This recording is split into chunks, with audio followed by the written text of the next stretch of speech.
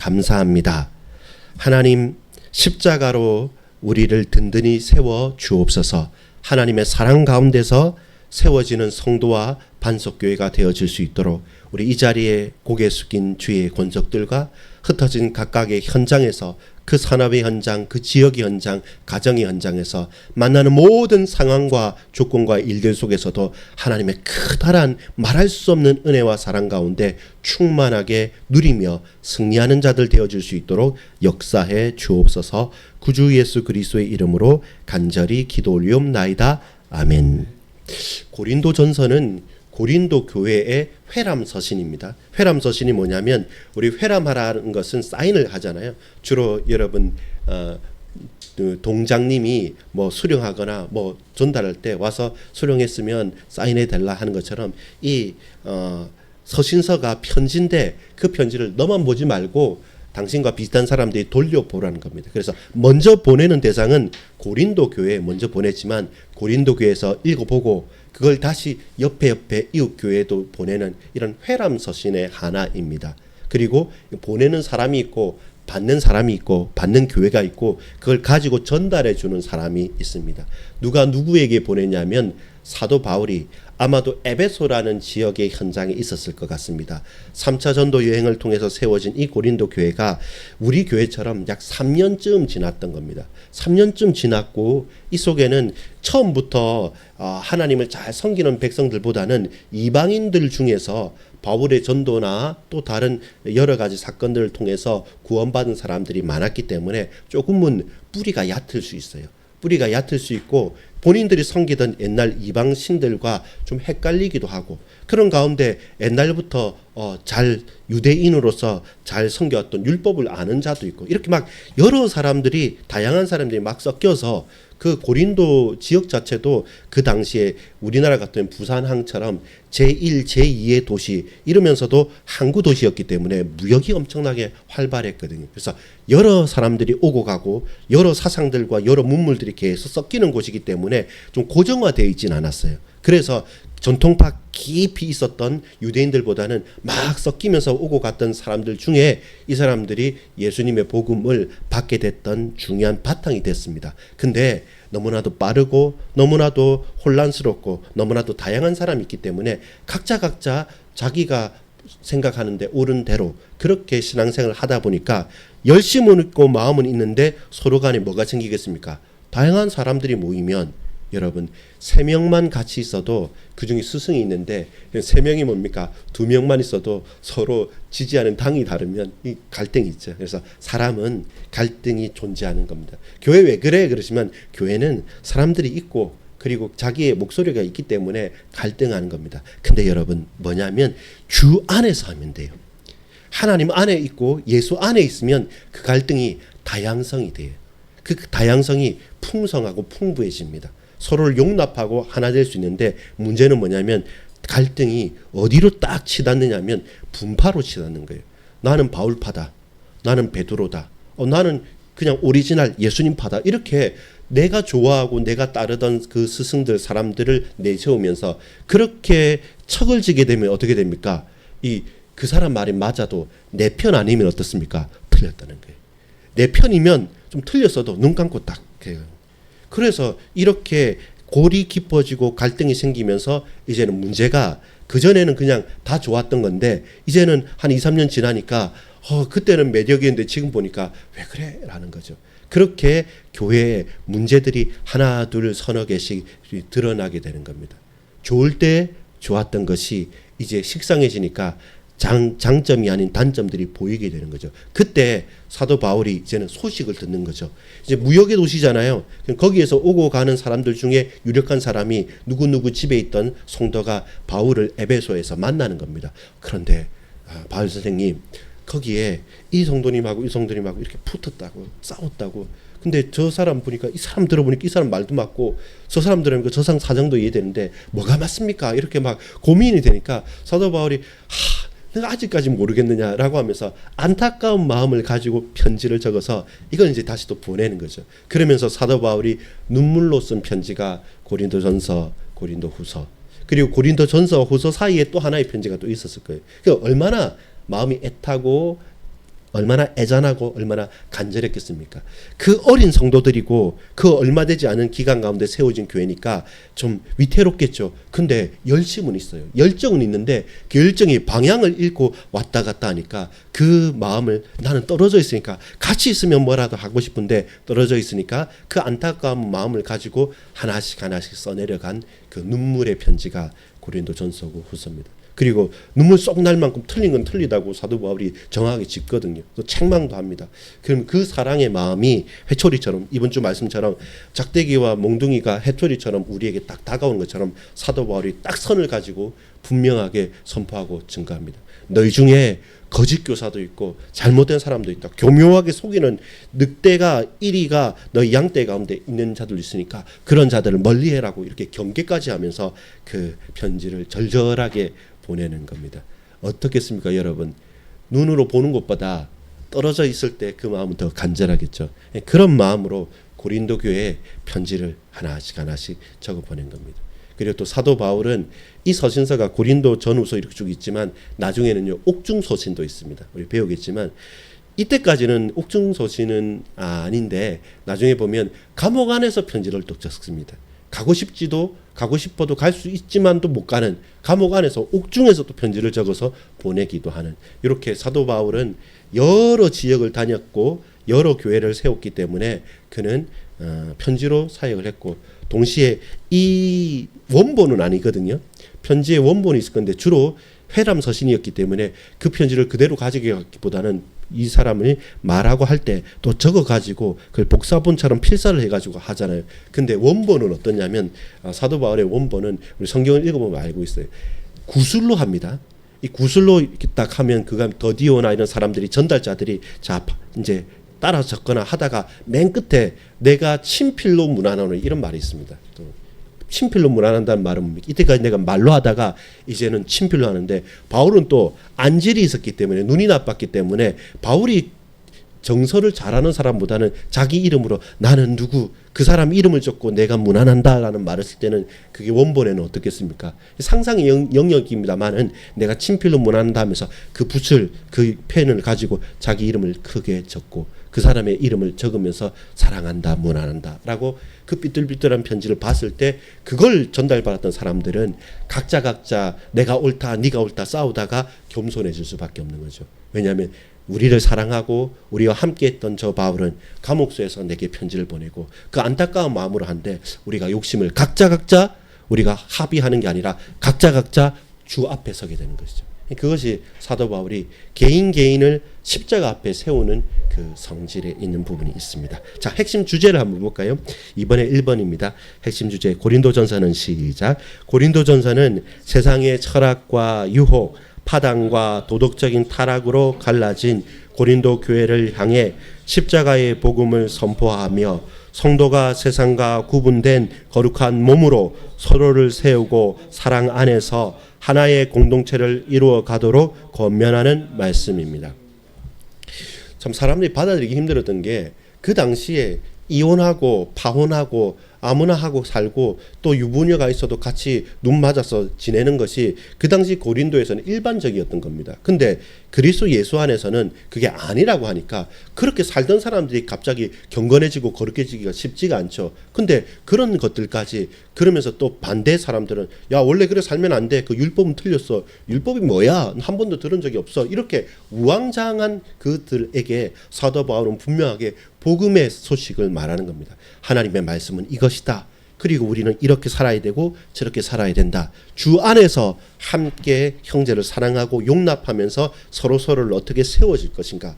파당을 나누지 말고 한 몸 된 교회를 세워가라라는 겁니다. 그것이 아름다운 공동체가 되는 겁니다. 우리 교회도 그렇지 않습니까? 연세도 또한 남녀노소도 다양하고 믿은 신앙의 연수도 다르고, 그런데 우리의 모든 부분들이 주 안에서 서로 다양하게 어우러져서 우리가 자그마하지만 마음을 들이고 정성을 들이고 하나하나를 마음을 쏟는다. 그것이 힘이 되어지고 답이 되어지고 능력이 되어질 때, 그때 그리스도의 몸된 교회가 교회답게 세워지는 것입니다. 특별히 오늘 본문은 뭐라고 말하냐면 십자가 앞에서 세우라는 겁니다. 십자가가 사람들이 볼 때는 미련한 거예요. 아니 사람이 살아야지 왜 죽습니까? 아니 능력이 있고 힘이 있으면 정복해버리고 왕이 되면 되지. 왜 힘 있고 능력 있는 사람이 십자가에 달려서 저주를 받으면서 죽느냐. 그럼 믿을 수 없고 그럼 알 수 없고 깨달을 수 없는데, 근데 예수님께서는 왜 그렇습니까? 내가 죽어야 너희가 사는 것이고, 내가 너희의 모든 인류의 죄를 대신해서 죄 없는 자가 하나님의 약속대로 죽어야지 너희가 소망을 가지고 너희가 나와 함께 죽고 나와 함께 부활할 것이란 것. 세상이 볼 때는 도저히 반대 방향으로 가고 살아야 될 때 죽고 승리해야 될 때 패배를 인정하고 자청하니까 그건 미련하지만, 그런데 그 십자가가 하나님의 능력이고 하나님의 방법이다. 이것이 너희가 받을 복음이다라고 분명하게 증거하는 것이죠. 세상에 수많은 소리들이 있지만 그 소리는 잡음이다. 그 소리는 소음이다. 진정한 진리의 말씀은 세상과 다르다라는 사실들을 사도 바울은 고린도 교회에게 선포합니다. 왜냐하면 고린도 교회의 사람들은 주로 이 세상에 적응되어 있는 사람들이기 때문에 그렇습니다. 그래서 핵심 구절을 보면 1장부터 4장까지 보면 십자가의 복음과 교회의 연합입니다. 세상의 지혜를 막 자랑했는데 그게 예수님을 알고 구원받고 보니까 헛것인 겁니다.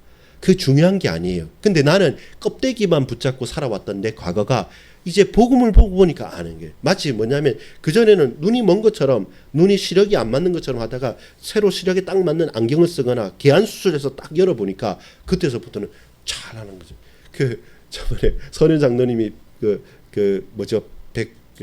백내장 수술을 하시고 와서 하는 게 너무 맑다는, 깨끗하다고 말씀을 하시더라고요. 깨끗하다고 이거 다른 세상이다 이렇게 말씀하시는데, 백내장 수술만 해도 그런데 우리가 영적으로 거듭났어요. 새로 태어났고 내 삶이 새로워졌어요. 그러니까 그 전에 내가 바라보는 거 보니까 이게 아닌 거예요. 근데 왜 저랬지 싶은 거죠. 그래서 사도 바울은 빌립보서에 뭐라고 말하면, 내가 옛날에 붙잡고 소중하게 여기고 따라가는 그것을 말하면, 성경 뭐라면 배설물, 쉽게 말해서 똥이다. 내가 원했고 내가 소중하고 내가 아꼈던 그거는 배설물 똥이다. 내가 하늘의 신령한 복, 그 하늘의 찬란한 축복의 면류관 표대를 향해서 내가 달려간다라고 말하는 것처럼, 우리가 세상 사람들이 추구하고 했던 모든 것들이 사실은 헛것이고, 도리어 너희들이 미련하다고 생각한 그 십자가가 내게 무한한 영광이다라는 사실들을 고백하게 되는 거죠. 5장 6절에 보면, 6장에 보면 이제 한 몸에 대해서 말을 합니다. 교회를 설명할 때 우리는 반석교회 어디 있습니까? 김양장동 금영로 68 4층 반석교회, 이렇게 우리는 집원을 말하겠잖아요. 근데 성경에서 교회는 비유적으로는 집이라고 표현하겠지만 교회는 사람입니다. 사람들의 모임인 겁니다. 건물로 지칭하지 않아요. 주로 우리나라는 좀 다르지만 그 영어나 그다음에 이 다른 나라 언어들은 소유격, 주격, 역격에서 사람을 표현할 때 하는 것하고 사물을 표현할 때가 다르죠. 근데 교회를 표현할 때는 사물로 표현하지 않습니다. 여성형으로 표현합니다. 어머니 교회 이런처럼 여성형으로, 교회는 여성형으로 표현합니다. 그처럼 인격적인 존재지 교회는 건물로 존재하는 것이 아닌 것입니다. 우리가 마찬가지예요. 반석교회는 이곳에 있을 수 있지만 이사 갈 수 있어요. 이 옛날에는 학원이었고 옛날에는 건설 사무실이었습니다. 근데 우리가 잠시 쓰는 겁니다. 잠시 쓰는 겁니다. 그렇기 때문에 여러분 밑에 기원에서 담배 피우고 막 냄새 나지만 우리가 또 이사해서 3층 가면 다 쫙 치우고 하면 그것이 또 교회 또 예배 처소가 되는 겁니다. 그것처럼 우리에게 물리적으로 있고 없고 하는 것이 아니라 그리스도의 교회는 한 몸. 그래서 성도가 교회다. 우리는 교회다라는 것이 성경적인 것입니다. 그래서 우리 교회 간다, 우리 교회에서 만나자 말은 뭡니까? 교회 그냥 건물에 혼자 가서 덩그러기 있는 것보다는 우리가 함께 이 시간에 모였죠. 그것이 모인 사람들의 모임, 부름받은 사람들의 모임이 하나님의 교회죠. 왜냐하면 이 가운데 하나님께서 임재하시고 자정하시고 다스리시기 때문에 우리가 교회가 된 것이죠. 그렇다면 저와 여러분이 가는 곳이 어디입니까? 교회가 되는 거예요.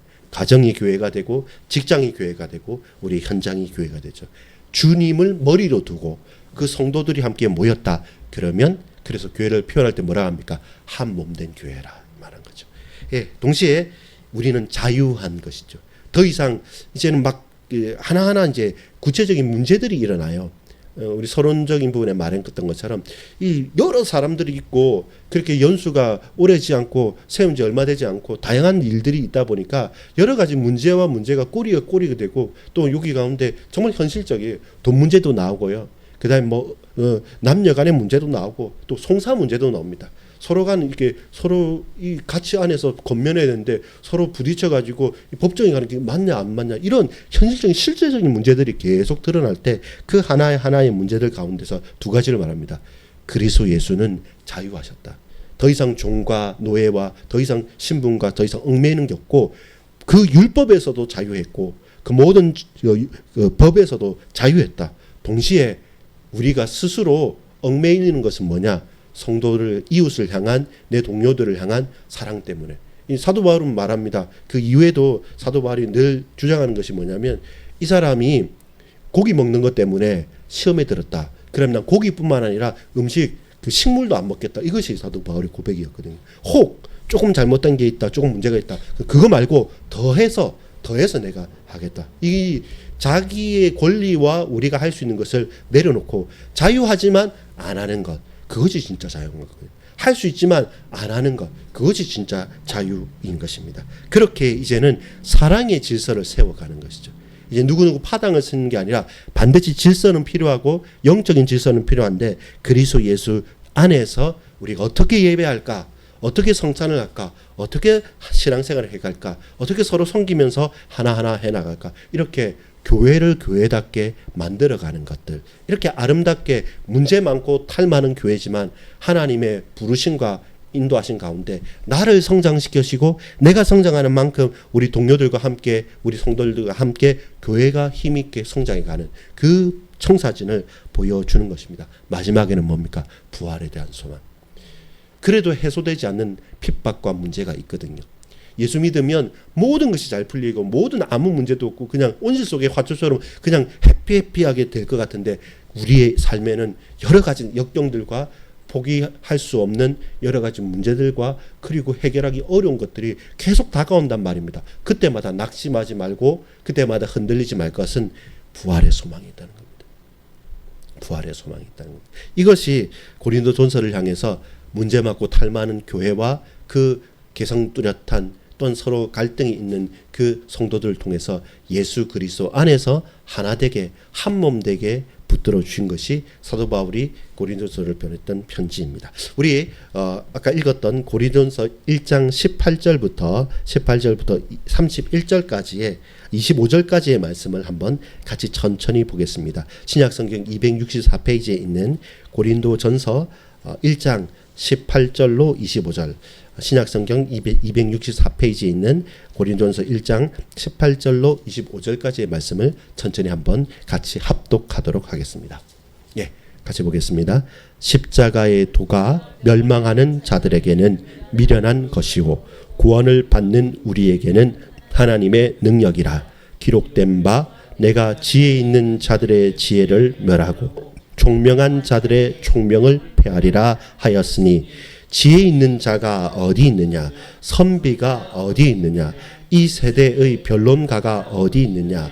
하나님께서 이 세상의 지혜를 미련하게 하신 것이 아니냐? 하나님의 지혜에 있어서는 이 세상이 자기 지혜로 하나님을 알지 못하므로 하나님께서 전도에 미련한 것으로 믿는 자들을 구원하시기를 기뻐하셨도다. 유대인은 표적을 구하고 헬라인은 지혜를 찾으나 우리는 십자가에 못 박힌 그리스도를 전하니 유대인에게는 꺼리끼는 것이요 이방인에게는 미련한 것이로되 오직 부르심을 받은 자들에게는 유대인이나 헬라인이나 그리스도는 하나님의 능력이요 하나님의 지혜니라. 하나님의 어리석음이 사람보다 지혜롭고 하나님의 약하심이 사람보다 강하니라. 아멘. 여러분, 십자가의 능력이 교회를 세웁니다. 십자가의 능력이 성도를 세웁니다. 십자가만이 나를 세우십니다. 나를 구원하고 우리를 세우신 겁니다.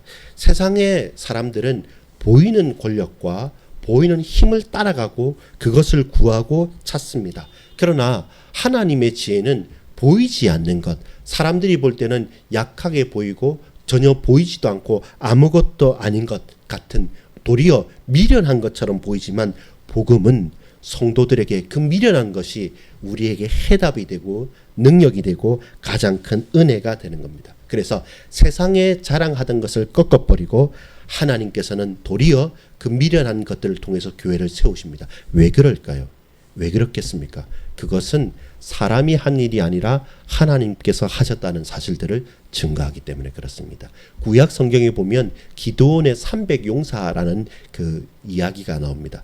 기드온의 300용사하면 300명의 대단한 용사들이 있었느냐라고 싶지만 그게 아니라 2만 명이나 되는 사람들 중에 돌려보내고 하다가 나중에 물을 마시는 거 보고 그 엎드려서 마시는 게 아니고 막 눈치 보던 이 300명, 하나님께서 구원이 하나님께 있다는 사실을 말하기 위해서 많은 군사가 우리가 하나님 위해 싸우겠습니다라고 나섰을 때 나중에 그렇게 승리하면 우리 많은 군사들이 나섰기 때문에 됐다고 자랑할까 싶어서 하나님께서는 계속 돌려보내고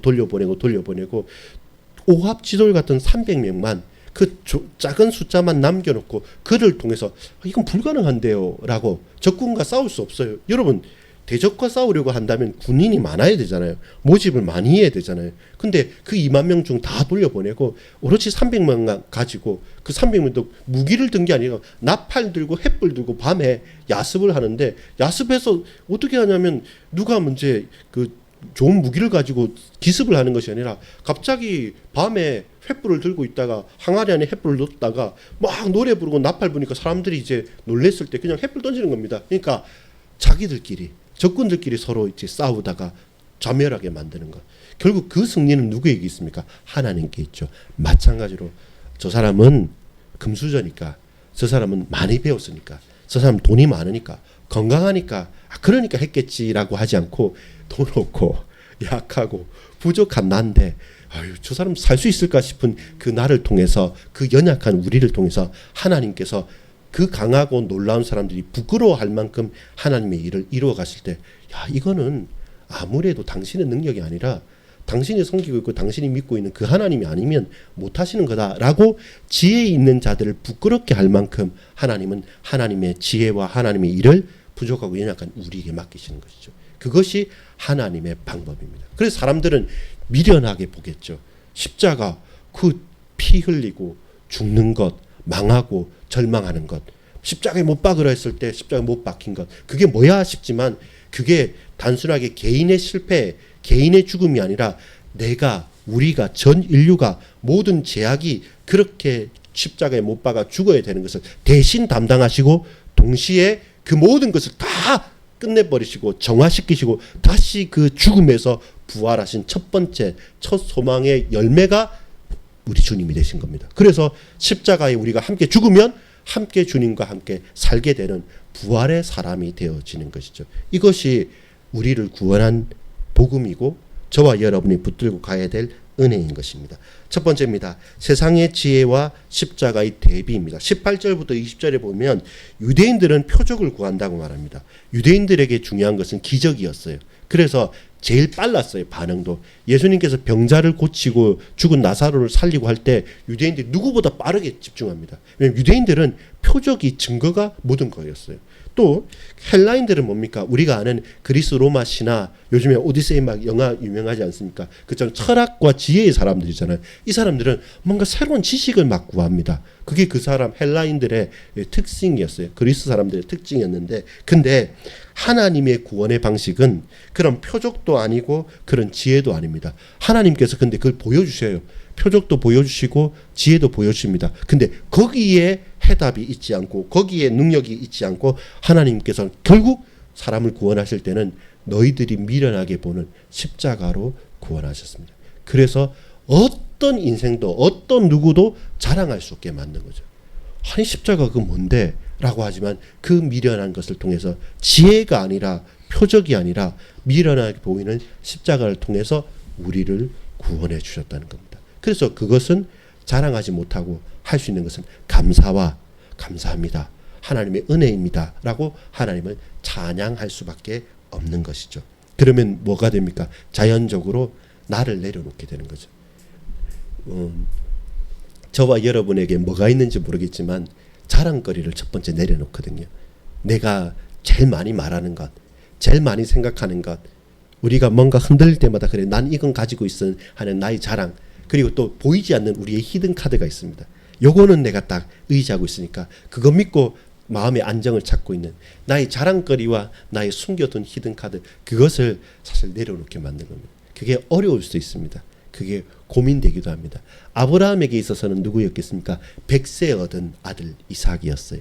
근데 그 이삭을 하나님께서 어렵게 주셨는데 어느 날 이 이삭을 바치라고 그러니까 쉽지가 않죠. 근데 독자 이삭, 사랑하는 독자 이삭을 하나님께 드릴 때 그때 하나님께서 내가 봤다, 내가 안다 하면서 말씀하실 때도 아브라함의 고백이 뭐였는지 압니까?